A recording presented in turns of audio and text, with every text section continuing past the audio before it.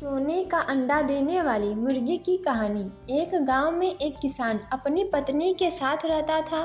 उनका एक छोटा सा खेत था जहां वे दिन भर परिश्रम किया करते थे, किंतु कठोर परिश्रम के उपरांत भी कृषि से प्राप्त आमदनी उनके जीवन यापन हेतु पर्याप्त नहीं था और वे निर्धनता का जीवन व्यतीत करने हेतु विवश थे।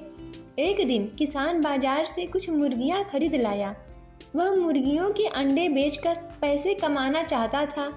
अपनी पत्नी के साथ मिलकर उसने घर के आंगन में एक छोटा सा दड़बा बनाया और मुर्गियों को उसमें रख दिया।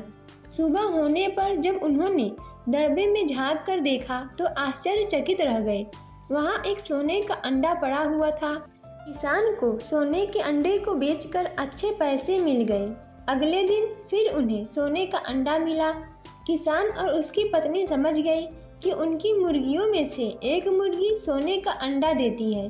एक रात पहरेदारी कर वे सोने का अंडा देने वाली मुर्गी को पहचान गए। उसके बाद से वे उसका ख्याल रखने लगे। वह मुर्गी उन्हें रोज सोने का अंडा देती, जिसे बेचकर किसान कुछ ही महीनों में धनवान हो गया।